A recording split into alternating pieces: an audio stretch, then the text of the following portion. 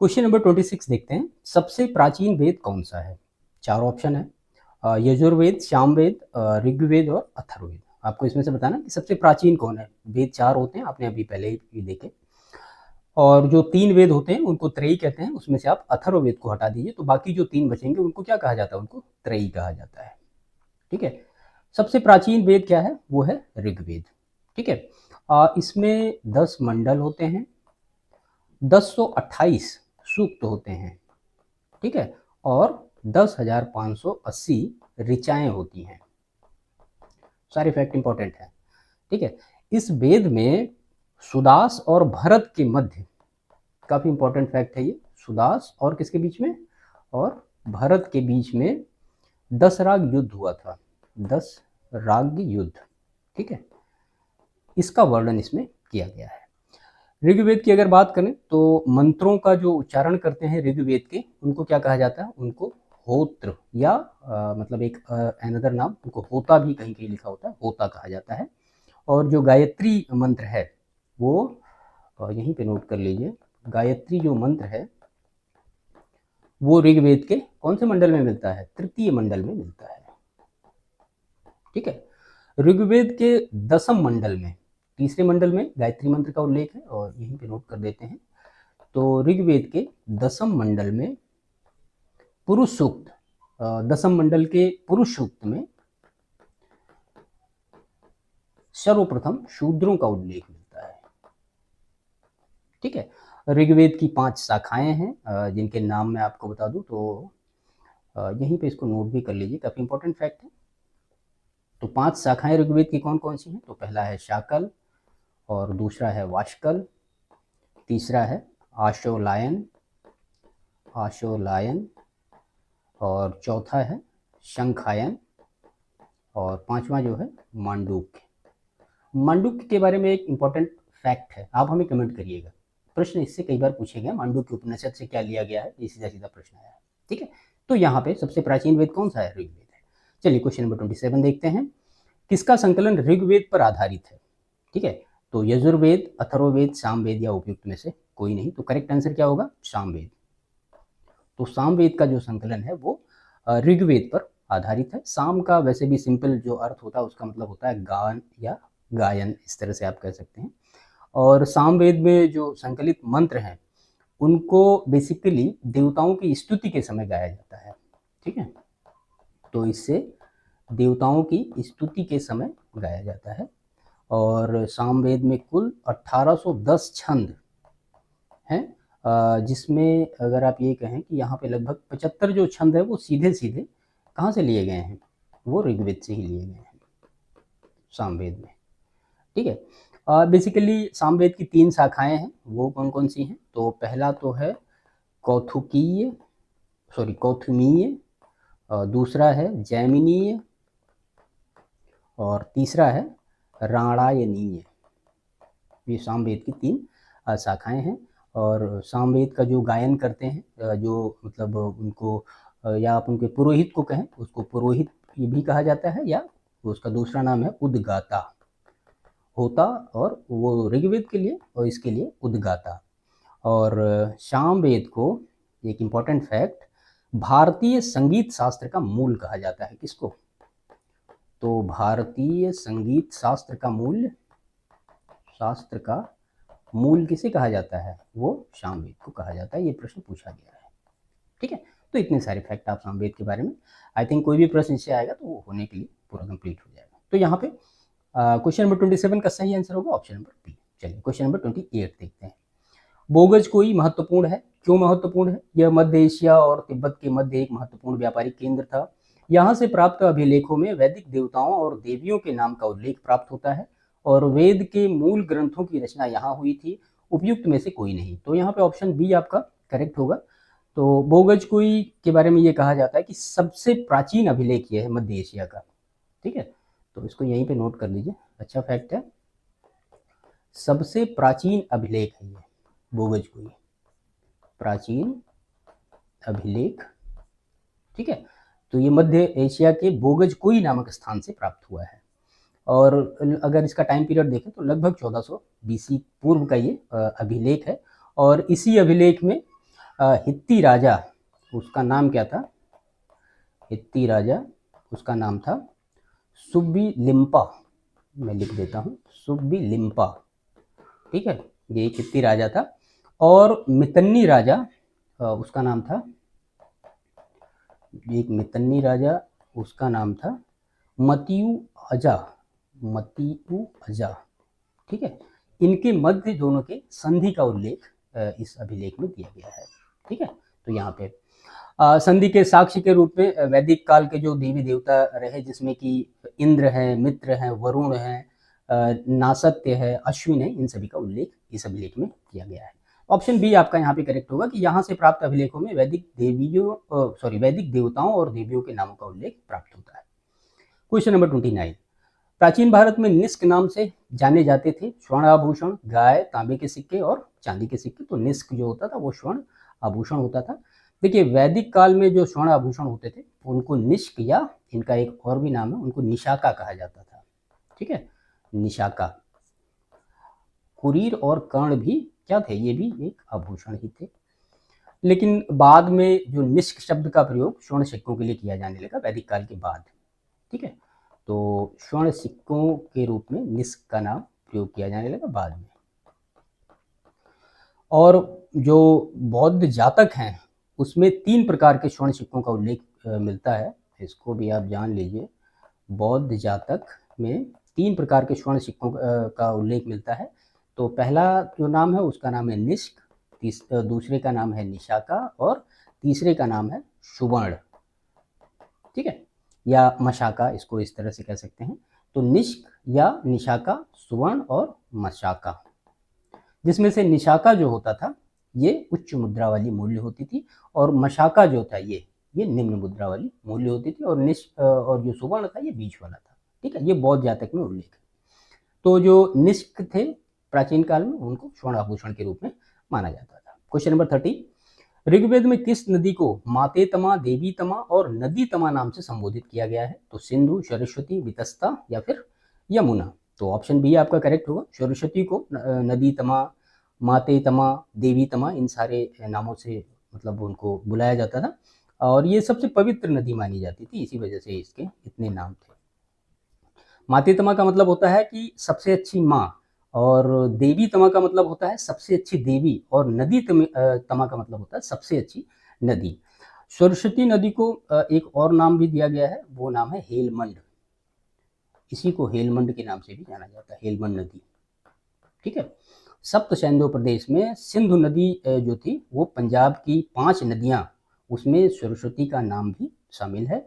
और महाभारत में सरस्वती नदी को आप देखें तो इसका जो अलग अलग नाम है मैं आपको बता देता हूँ। एक तो नाम है प्लक्षवती नदी या वेद स्मृति नदी, वेदवती, इन नामों से भी महाभारत काल में सरस्वती नदी के नाम को जाना जाता है। इसके बाद क्वेश्चन नंबर 31, पुराणों की संख्या है तो 6, 18, 19 और 21। बेसिक सा प्रश्न है। 18 जो है वो पुराण है।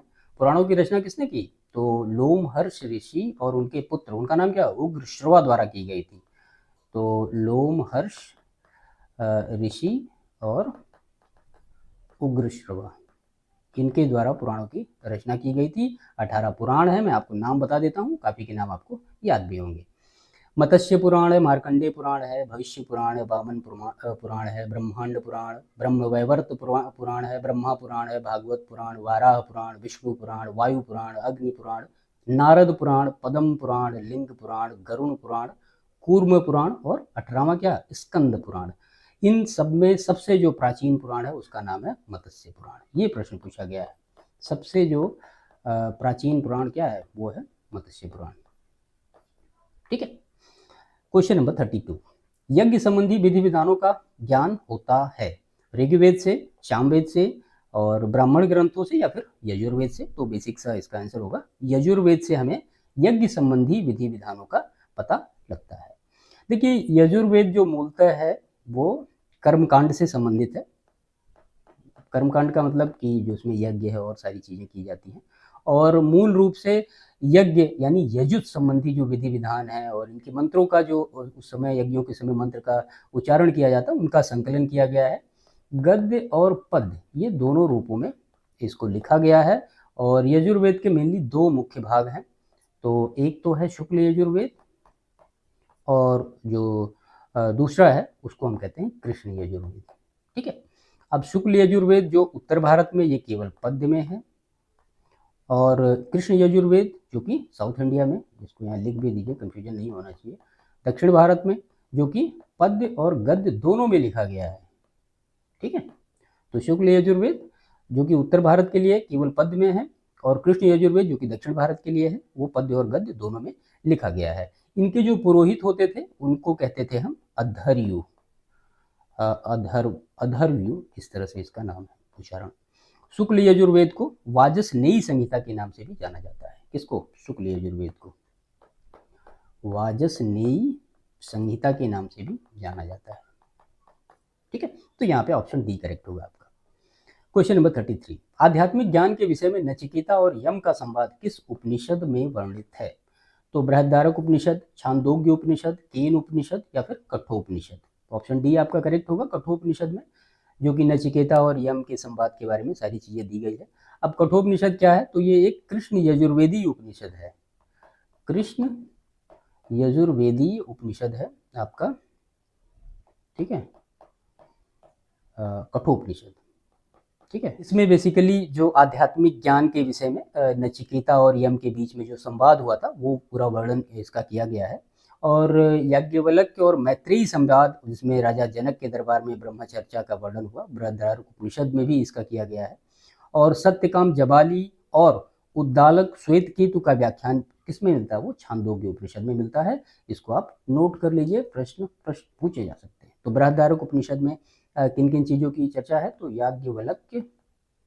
याज्ञवल्क्य, हिंदी में एक बार याज्ञवल्क्य का सही वर्तनी पूछा गया था, तो वो भी आप यहीं से देखते रहिएगा। मैत्रेयी संवाद, ठीक है, ये कहाँ हुआ था? ये राजा जनक के दरबार में होता, तो इसका डिटेल जो है वो बृहदारण्यक उपनिषद में दिया गया है। नचिकेता यम का जो संवाद है वो कठोपनिषद में दिया गया है। और छांदोग्य उपनिषद की अगर बात करें तो आपको यहाँ पे सत्यकाम जबाली और उद्दालक, सत्यकाम जबाली और उद्दालक श्वेतकेतु, इनका जो संवाद है वो किस में दिया गया? वो छांदोग्य उपनिषद में दिया गया। तो ये सारी चीजें आप याद रखिएगा।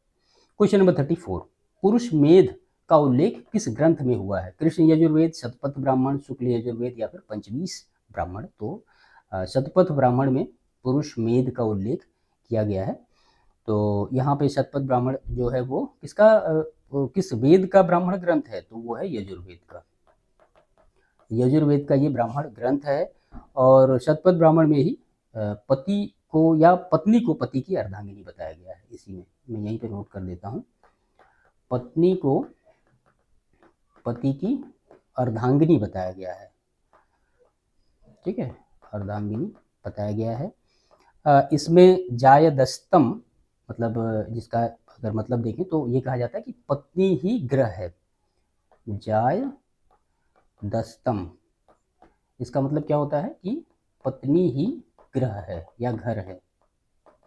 ठीक है, इसके महत्व को, मतलब पत्नी के महत्व को स्वीकार किया गया है शतपथ ब्राह्मण में। कहने का मतलब ये है, इसमें यह भी बताया गया है कि स्त्रियों को जो जनसभा जो कि विदत होती थी उसमें अपनी बात को कहने की छूट थी। और वैदिक साहित्य स्रोत के रूप में ऋग्वेद के पश्चात शतपथ ब्राह्मण का काफ़ी प्रमुख स्थान है।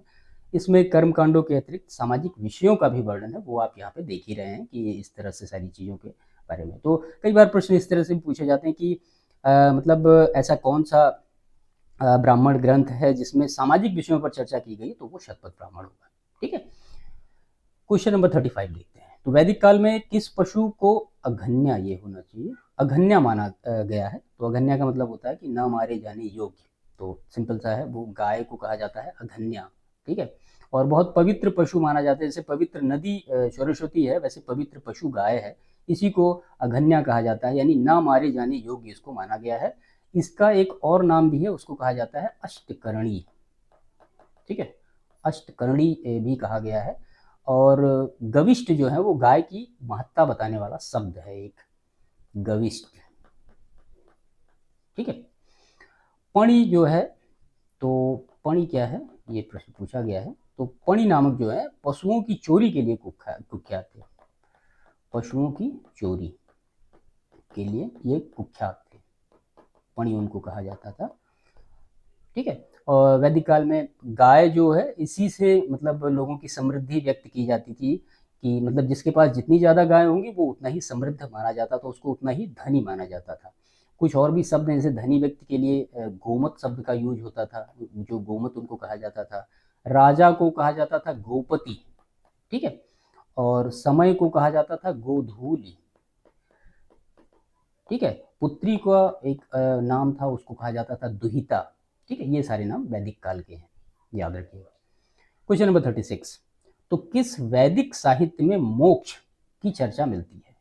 ठीक है, तो सैल्वेशन की चर्चा किस में मिलती है? तो ऋग्वेद, परवर्ती साहित्य और ब्राह्मण और या फिर उपनिषद। तो जाहिर सी बात है उपनिषद में ये सारी चीज़ें मिलती हैं। देखिए, अगर मोक्ष शब्द की आप बात करें तो इसका प्रथम उच्चारण जो कहाँ मिला, तो वो श्वेताश्वर उपनिषद में इसका पहली बार नाम आया है, श्वेताश्वर उपनिषद में, ठीक है। और उपनिषदों में ही संसार, आत्मा, परमात्मा, इन सारे जो मतलब मेनली फिलोसफिकल वर्ड हैं, इन सब चीज़ों का यूज मेनली कहाँ पे, उपनिषद में ही मिलता है। उपनिषद का अगर आप शाब्दिक अर्थ देखें तो क्या होता है, तो उपनिषद का मतलब होता है समीप बैठना, ठीक है। और उपनिषद को वेदांत भी कहा जाता है, इसका एक अलग नाम भी है, इसको वेदांत भी कहा जाता है। उपनिषदों की कुल संख्या अगर आप देखें तो लगभग 108 है। और उपनिषद को शंकराचार्य ने क्या नाम दिया है, तो उसको ब्रह्म ज्ञान कहा है, ब्रह्म ज्ञान, ठीक है। किसने कहा है उपनिषद को? तो वो शंकराचार्य ने कहा है, ठीक। चलिए, क्वेश्चन नंबर 37, सत्यमेव जयते शब्द कहाँ से लिया गया है? तो मनुस्मृति, भगवद गीता, ऋग्वेद और मुंडकोपनिषद से। आपको इसमें से बताना कि कौन सा सही है। तो जो मतलब आदर्श वाक्य है, भारत के राष्ट्रीय आदर्श वाक्य जिसको हम कह सकते हैं, सत्यमेव जयते, ये कहाँ से लिया गया? मुंडकोपनिषद से लिया गया है। और मतलब आप मुंडकोपनिषद के अनुसार इसका अर्थ देखें तो इसका मतलब होता है कि सत्य की ही विजय होती है, ठीक है। और इसी में मुंडकोपनिषद में ही एक चीज़ और पूछा भी गया है, पहले भी पूछा गया है कि यज्ञ को टूटी हुई नौका के समान बताया गया है। यज्ञ को टूटी हुई नौका के समान किसमें बताया गया है? तो मुंडकोपनिषद में बताया गया है, जिस पर भरोसा नहीं किया जा सकता, जिस पर भरोसा नहीं किया जा सकता, ठीक है। तो ऑप्शन डी करेक्ट होगा। क्वेश्चन नंबर 38, तो गोत्र शब्द का प्रयोग सर्वप्रथम कहाँ हुआ था? अथर्ववेद, ऋग्वेद, सामवेद या फिर अथर्ववेद? तो बेसिक सा इसका आंसर होगा ऋग्वेद में ही सबसे पहले गोत्र शब्द का प्रयोग हुआ। गोत्र का मतलब एक परिवारवाचक शब्द है, और मतलब बहुत कम मिलता है इसका उपयोग, ज़्यादा नहीं मिलता है। और गोत्र का ऐसे अगर आप अर्थ देखें तो ये होता है कि पुत्र के साथ उत्पन्न होने वाली जो संतान होती है उसको गोत्र कहा जाता है। और गोत्र की अवधारणा की बात करें तो ऋग्वेद के बाद जब उत्तर वैदिक काल आया, या वैदिक काल के बाद जब उत्तर वैदिक काल आया, तो वहाँ पे ये काफ़ी वर्ड फेमस हो गया। और इसका मतलब आप ये समझ सकते हैं कि किसी मूल पुरुष के अनुसार उसके गोत्र को तय किया जाता था। मौलिक रूप से जो है वो 7 गोत्र माने जाते हैं, 7 गोत्र माने जाते हैं। और इसी से मतलब ये माना जाता है कि सब जो है वो इन्हीं की संतान है, पूरा जो पृथ्वी है। इसमें मेनली मैं आपको बता देता हूँ, सबसे पहला जो है वो कश्यप है, उसके बाद है वशिष्ठ, उसके बाद है भृगु, और उसके बाद है गौतम, और उसके बाद है भारद्वाज, और उसके बाद है अत्रि, और उसके बाद है विश्वामित्र। ये सब ऋषियों के नाम हैं, इन्हीं के नाम पर गोत्र रखे गए, ठीक है। तो ऋग्वेद में सबसे पहले इसका उपयोग हुआ है। क्वेश्चन नंबर 39 देखते हैं, तो महात्मा बुद्ध का जन्म एवं निर्माण, जिसको कि ज्ञान प्राप्ति कहते हैं, किस दिन प्राप्त हुआ था? वैशाख पूर्णिमा, आषाढ़ पूर्णिमा, कार्तिक पूर्णिमा या फिर उपयुक्त में से कोई नहीं? तो वैशाख पूर्णिमा के दिन महात्मा बुद्ध को ज्ञान की प्राप्ति हुई थी। और कब हुए थे? तो 563 BC का टाइम पीरियड था वो। कपिल वस्तु में लुम्बिनी नामक स्थान पर हुआ था। सारी चीज़ें आप जानते हैं, छोटी छोटी चीज़ें हैं। और बौद्ध के लिए ये मतलब काफ़ी पवित्र दिन होता है। गौतम बुद्ध की अगर आप बात करें तो 29 वर्ष की अवस्था में उन्होंने महाभिनिष्क्रमण किया था, जिसको कि हम गृह त्याग कहते हैं। और 35 ईयर के टाइम पीरियड में बोध गया में वैशाख पूर्णिमा के दिन उनको ज्ञान की प्राप्ति हुई थी। वट वृक्ष था वो, वट वृक्ष के नीचे निरंजना नदी के तट पर, या पुनपुन नदी उसी का नाम है, पुनपुन नदी या निरंजना नदी, आप कुछ भी कह सकते हैं, निरंजना नदी के तट पर सिद्धार्थ को ज्ञान की प्राप्ति हुई थी। ठीक है, तो वैशाख पूर्णिमा। क्वेश्चन नंबर 40, महात्मा बुद्ध किस वंश से संबंधित थे? तो ज्ञात्रक, मौर्य, शाक्य या फिर कुरु। देखिए, महात्मा बुद्ध का जो जन्म हुआ था वो नेपाल की जो तराई में स्थित था कपिल वस्तु, वहाँ पे लुम्बिनी ग्राम में हुआ था, और ये शाक्य मतलब नामक जो क्षत्रिय कुल था वहाँ पे 563 BC में हुआ था। इसीलिए महात्मा बुद्ध का एक अलग नाम भी, उनको शाक्य मुनि भी कहा जाता है कहीं कहीं, शाक्य मुनि। ठीक है, इनके पिताजी का जो नाम था वो शुद्धोधन था, और वो क्या थे, वो शाक्य गण के प्रमुख थे, कपिल वस्तु के जो शाक्य गण थे वहाँ उनके वो प्रमुख थे, शुद्धोधन। क्वेश्चन नंबर 41, गौतम बुद्ध द्वारा अपने धर्म में दीक्षित किया जाने वाला अंतिम व्यक्ति कौन था? आनंद, मोगदलायन, सारिपुत्र और सुभद्र। तो ऑप्शन डी आपका करेक्ट होगा। सबसे लास्ट में उन्होंने सुभद्र को दीक्षित किया था। महात्मा बुद्ध अगर आप देखें कि जीवन के अंतिम दिनों में धर्म प्रचार करने के लिए कहाँ गए थे, तो वो कुशीनगर गए थे, कुशीनगर। और ये मल्ल गणराज्य की उस समय राजधानी थी, हिरण्यवती नदी के तट पर, हिरण्यवती नदी के तट पर। ठीक है, इनके शिष्य थे, उनका नाम क्या था, चुंद। उनके यहाँ ये पहुँचे थे, और जहाँ पे इनको मतलब शुगर का मांस खाने के कारण 483 BC में 80 वर्ष की आयु में इनकी मृत्यु हुई थी। और बौद्ध ग्रंथों में इसी शब्द को कहा जाता है महापरिनिर्वाण कहा जाता है, महापरिनिर्वाण कहा जाता है। ठीक है, मृत्यु के पूर्व कुशीनारा के जो परिवाजरक थे सुभद्र को उन्होंने अपना जो लास्ट वो उपदेश दिया था, और जो प्रथम उपदेश गौतम बुद्ध ने दिया था वो सारनाथ में दिया था। सारनाथ, उसी का नाम सारनाथ का ही ऋषि पत्तन, इसी पत्तन अलग अलग है। इसी को बौद्ध ग्रंथ में क्या कहा गया है, धर्म चक्र प्रवर्तन, धर्म चक्र प्रवर्तन इसको कहा गया है। और बुद्ध ने अपनी जो अंतिम वर्षा काल वो कहाँ बिताई थी, वो वैशाली में बिताई थी।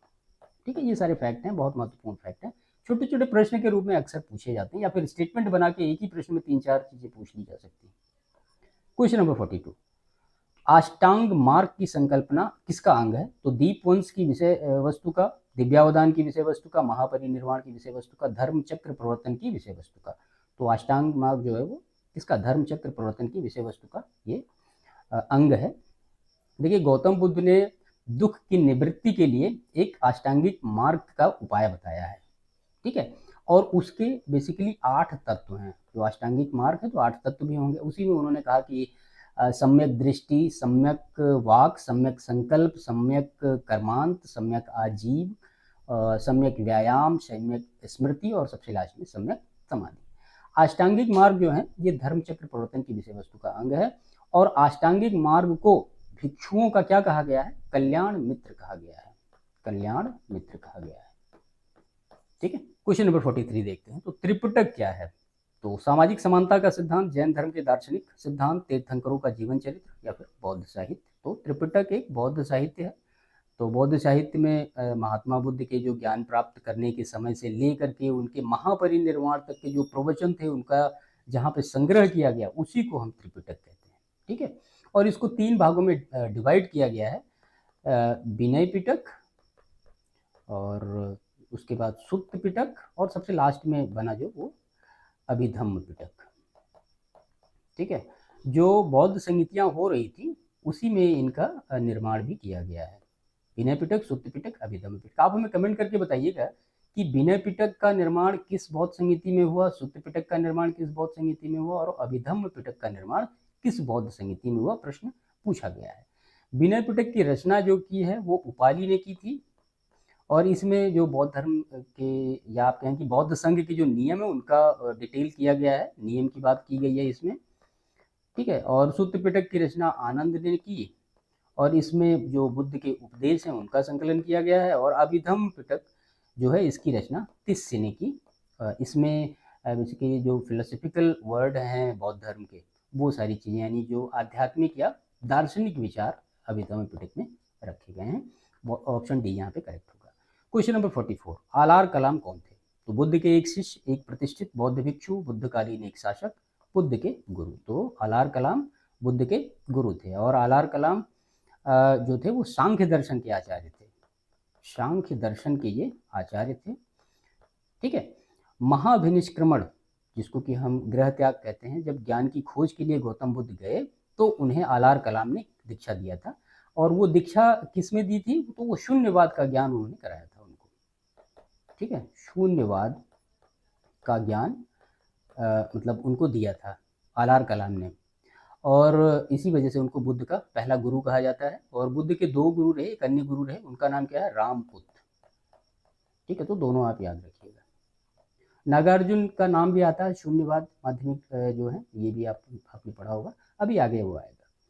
क्वेश्चन नंबर 45, निम्नलिखित में से किसे एशिया का ज्योतिपुंज, जिसको कि लाइट ऑफ एशिया कहा जाता है? तो गौतम बुद्ध को, महात्मा गांधी को, महावीर स्वामी को, स्वामी विवेकानंद को। तो बेसिक सा इसका आंसर होगा गौतम बुद्ध को कहा जाता है जो कि light of Asia. Gautam Buddha को जो है वो एशिया का ज्योतिपुंज कहा जाता है। और गौतम बुद्ध के जीवन पर ही मतलब एडविन अर्नॉल्ड ने लाइट ऑफ एशिया नामक एक काव्य पुस्तक की रचना की है। किसने लिखी है? तो उनका नाम है एडविन अर्नॉल्ड। ठीक है, वो जो काव्य है लाइट ऑफ एशिया के नाम से ही है। और इन्होंने इस पुस्तक को लिखने के लिए किस बौद्ध ग्रंथ का यूज किया? तो वो बौद्ध ग्रंथ का नाम था ललित विस्तार। ललित विस्तार का यूज करके ये पूरा काव्य अपना लिखा। ऑप्शन ए करेक्ट होगा। क्वेश्चन नंबर 46, बुद्ध की मृत्यु के पश्चात प्रथम बौद्ध संगीति की अध्यक्षता किसने की? महाकश्यप, धर्मसेन, अजातशत्रु या फिर नागसेन? तो महाकश्यप के द्वारा जो पहली बौद्ध संगीति हुई थी उसका मतलब अध्यक्षता करा था। बुद्ध की जो मृत्यु हुई थी तो उसके तुरंत बाद हुई थी प्रथम बौद्ध संगीति 483 BC में। और इसका आयोजन कहाँ हुआ था? तो वो हुआ था राजगृह की सप्तपर्णी गुफा में। सप्तपर्णी गुफा में ये हुआ था। ठीक है, और यहीं पे बुद्ध के 2 जो पिटक थे उनका संकलन किया गया था। हमने ऊपर अभी देखा ना, पहला का नाम है सुत्त पिटक और दूसरे का नाम है विनय पिटक। किसने इसकी रचना की है वो भी हम ऊपर देख चुके हैं। और इसी जो संगीति थी तो किसके शासनकाल में हुई थी? तो वो अजातशत्रु, अजातशत्रु के शासनकाल में हुई थी। अजातशत्रु किस डायनेस्टी का था? तो वो हर्यक डायनेस्टी थी। ठीक है, और इसकी अध्यक्षता महाकश्यप के द्वारा की गई थी। और इसमें जो बुद्ध के शिष्य थे आनंद और उपाली, जिन्होंने सुत्त पिटक और विनय पिटक की रचना की थी। और बुद्ध की मृत्यु को बौद्ध जो ग्रंथ है वहाँ पे महापरिनिर्वाण की संज्ञा दी गई। ये फैक्ट कई बार पूछा भी है। ऑप्शन ए करेक्ट होगा। क्वेश्चन नंबर 47, नालंदा विश्वविद्यालय की स्थापना का युग है मौर्य, कुषाण, गुप्त और फिर पाल। तो गुप्त काल में नालंदा विश्वविद्यालय की स्थापना हुई थी। ये एक प्राचीन विश्वविद्यालय था, उच्च शिक्षा के लिए सर्वाधिक आप ये कह सकते हैं कि महत्वपूर्ण केंद्र था और एक बौद्ध पीठ भी यही था। ये कहाँ स्थित था? तो दक्षिण बिहार के राजगीर के निकट स्थित था। और इसकी स्थापना किसने की थी? तो जो कुमारगुप्त उसका नाम था, कुमारगुप्त। ठीक है, कुमारगुप्त प्रथम 450 to 470 AD में। बाद में फिर जो मुस्लिम शासक था बख्तियार खिलजी 1199 में इसको नष्ट कर दिया था, उसने जला दिया था। क्वेश्चन नंबर 48, शून्यता के सिद्धांत का सर्वप्रथम प्रतिपादन करने वाले बौद्ध दार्शनिक का नाम क्या है? नागार्जुन, आनंद, नागसेन या फिर अश्वघोष? तो नागार्जुन शून्यता के सिद्धांत से रिलेटेड हैं। ये एक प्रसिद्ध बौद्ध दार्शनिक थे। ठीक है, तो इसी को माध्यमिक या मतलब शून्यवाद, ये इसके मत के प्रवर्तक थे। माध्यमिक या इसी को शून्यवाद भी कहा जाता है, इसके प्रवर्तक थे। जिसकी प्रसिद्ध रचना अगर आप देखें तो उसका नाम है माध्यमिका कारिका। माध्यमिका कारिका ये रचना है। और इसे सापेक्षवाद के नाम से भी जाना जाता है। सापेक्षवाद के नाम से भी इसको जाना जाता है। लेकिन नागार्जुन ने ही प्रतीत समुत्पाद, इसी को क्या कहा है? शून्यता कहा है। ठीक है, और शून्यवाद के अनुसार परम तत्व को बुद्धि अथवा विचारों द्वारा समझा नहीं जा सकता। ये नागार्जुन का मत है। इसी को हम शून्यता का सिद्धांत कहते हैं कि जो मेन मतलब है परम तत्व, उसको किसी भी लेवल पे एक कोई भी आदमी समझ नहीं सकता। इसी को शून्यता का सिद्धांत कहा जाता है। ऑप्शन ए करेक्ट होगा। क्वेश्चन नंबर 49, जैन धर्म का आधारभूत जो नैतिक मूल्य क्या है? कर्म, निष्ठा, अहिंसा या फिर विराग? तो वो है अहिंसा।